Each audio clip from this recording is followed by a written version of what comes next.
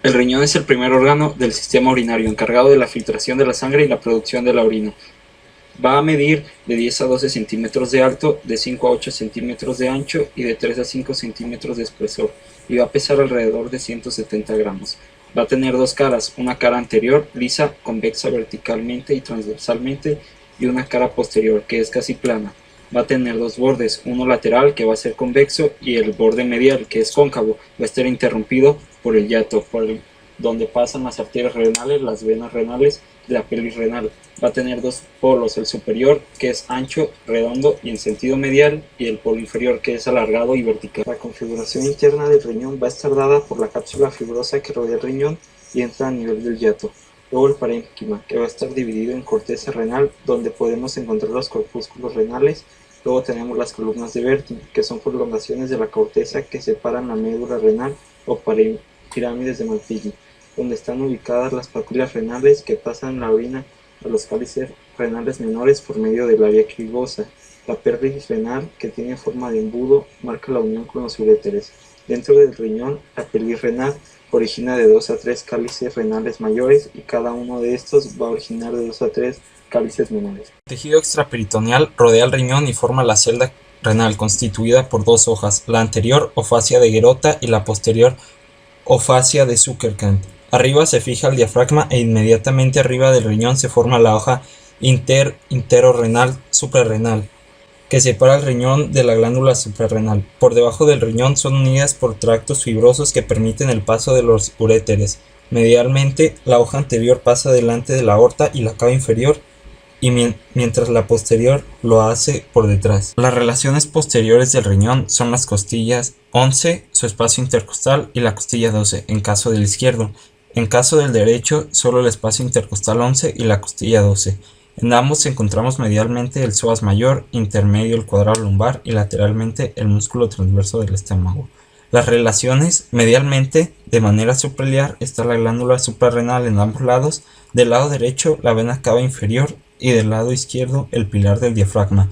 De manera infrailiar está el uréter unido al riñón por el ligamento ureterorrenal. Las relaciones anteriores del riñón derecho son los 2/3 superiores por el hígado y la glándula suprarrenal, inferiormente la flexura cólica derecha y medialmente la porción descendente del duodeno. Las relaciones anteriores del izquierdo en su región supracólica es el vaso, la cola del páncreas, la glándula suprarrenal y el fundus gástrico. La región colon-mesocólica es el colon transverso y la parte infracólica son las asas del yeyuno. La irrigación proviene de las arterias renales que salen directo de la aorta, entran al riñón por el hiato renal y las llamaremos arterias interrenales segmentarias. Cuando entran al parénquima por las columnas de Bertin van a seguir su recorrido verticalmente y se llaman arterias interlobulares. A la altura de la base de las pirámides de Malpighi van a seguir horizontalmente y se llamarán arterias arqueadas. De las arterias arqueadas van a discurrir verticalmente hacia arriba las arterias radiadas. Las venas son similares a las arterias. La vena renal derecha es más corta y en la vena renal izquierda, la cual pasa por delante de la aorta abdominal y debajo de la mesentérica superior, recibe a las venas suprarrenales y la ovárica o testicular según el caso. La inervación va a estar dada por el ganglio corticorrenal principalmente. Además tenemos los ganglios renales, el plexo renal, el nervio esplénico mayor y menor, el plexo celíaco y el ganglio mesentérico superior. Los uréteres van a transportar la orina del riñón a la vejiga. Van a medir de 25 a 30 centímetros de largo y van a medir de 6 a 8 milímetros de diámetro. Va a tener tres porciones: la abdominal, que se divide en lumbar y sacroiliaca; la porción pelviana, que va a ser diferente en el hombre y la mujer; la intramural, que es donde entra el uréter.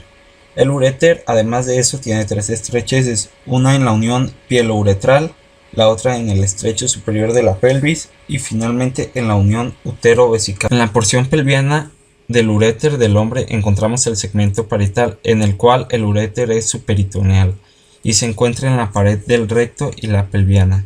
Cruza el eje vasculonervioso rotador. Y luego encontramos el segmento yuxtavesical, que se encuentra en la pelvis menor. En este caso, el uréter es medial al recto y a la vesícula seminal y está acompañado por la fase pelviana visceral. El conducto deferente va a cruzar el uréter. En la porción pelviana de la mujer, el uréter se divide en 3 segmentos según su disposición con el ligamento ancho. Primero está el segmento ligamentoso, en el cual el uréter está cruzado por la arteria uterina. Medialmente está el recto y el ovario, y adelante el ligamento suspensorio del ovario. En el segmento infraligamentoso, el uréter penetra el ligamento ancho, lateral al istmo del útero. La arteria uterina pasa por delante del uréter y la vaginal por debajo. En el segmento preligamentoso, donde el uréter tiene un recorrido hacia adelante en sentido medial, sigue la porción lateral del fondo del saco vaginal y se desplaza en el tabique vésico-vaginal, donde forma el trígono vaginal o triángulo de Paulik. La irrigación del uréter en la porción abdominal está dada por ramas de la arteria renal, de la testicular o ovárica según el sexo y de las ilíacas comunes. En la porción pelviana la irrigación proviene de las ilíacas comunes, de las uterinas en las mujeres y de las vesicales inferiores en el hombre. Las venas siguen a las arterias y drenan en las venas ilíacas internas y renales. El uréter está inervado en la raíz superior por los plexos renales. El nervio principal inferior es el hipogástrico y en su raíz inferior está inervado por el plexo hipogástrico inferior. La vejiga es una víscera hueca que sirve para el depósito temporal de la orina, en el cual caben de 2 a 3 litros de orina. La vejiga es tetraédrica cuando está vacía y presenta un cuerpo, un vértice, un fondo y un cuello. La vejiga tiene 4 caras, una antero-inferior que va del vértice al cuello, una posterior-superior que es la capa peritoneal y 2 caras laterales que delimitan el cuerpo. Cuando la vejiga se llena, las caras laterales se ensanchan, la cara posterior-superior se vuelve redonda en torno al abdomen y el vértice y el cuerpo vesical ascienden, mientras el fondo y el cuello se quedan fijos. En el fondo de la vejiga vamos a encontrar el trígono vesical o triángulo de Liautaud, que está formado por los 2 orificios uretrales y por el cuello de la vejiga, que contiene el orificio interno de la uretra. La uretra tiene una serosa, una capa muscular constituida principalmente por el músculo destrusor de la vejiga y una mucosa. En la cara anteroinferior de la vejiga va a tener ligamentos que la ayudan a mantenerse en su lugar cuando ésta se llena, el pubo vesical en las mujeres y el pubo prostático en los hombres.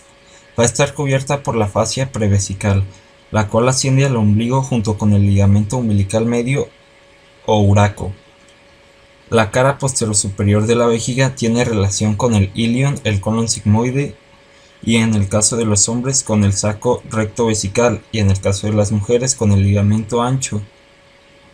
En el hombre, el fondo de la vejiga va a tener relación posterior superior con la vesícula seminal e inferior con la próstata. En caso de las mujeres, la vejiga tendrá relación posteriormente con el istmo del útero y la vagina, lateralmente con los uréteres y el ligamento ancho, y caudal con los músculos del períneo. La irrigación de la vejiga va a estar dada por la ilíaca interna, que va a dar 4 ramas principales que van a irrigar la vejiga. La primera es la umbilical, que va a dar las ramas arteriales vesicales superiores. La segunda es la arteria vesical inferior, que va a dar las ramas inferiores, y junto con la rectal media va a dar las ramas posteriores. Y finalmente tenemos a la pudenda interna, que va a dar las ramas anteriores de la vejiga.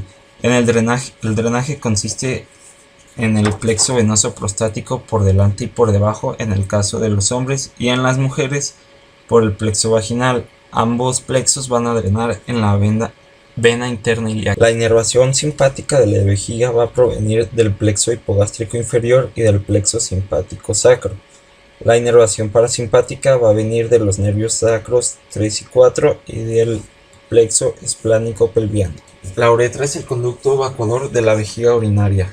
La uretra del hombre tiene 4 porciones: la porción prostática o intramural, la uretra prostática, que mide alrededor de 3 centímetros, la uretra membranosa, que mide 1 centímetro, y la uretra esponjosa, que mide aproximadamente 12 centímetros. Tiene 3 dilataciones: la prostática, la vulvar en la porción bulbosa de la uretra esponjosa, la balánica a la altura del glande, y va a tener 2 estrechamientos, uno a nivel del cuello vesical y el otro al nivel del orificio externo de la uretra. La uretra tiene 2 orificios, el interno abajo del cuello vesical, y el externo, que está en la uretra membranosa y está inervado por el pudendo. La irrigación de la porción intramural y prostática viene de las ramas prostáticas de la arteria vesical inferior. La uretra membranosa y el esfínter externo están irrigados por la arteria uretral y la arteria del bulbo, que provienen de la pudenda interna. La uretra esponjosa también se irriga de la pudenda interna. El drenaje es por el plexo venoso prostático, la vena dorsal del pene y el plexo periprostático. Está inervado por el plexo nervioso prostático y el nervio pudendo. La uretra femenina mide de 3 a 4 centímetros de longitud, está estrechada en el origen y en su terminación.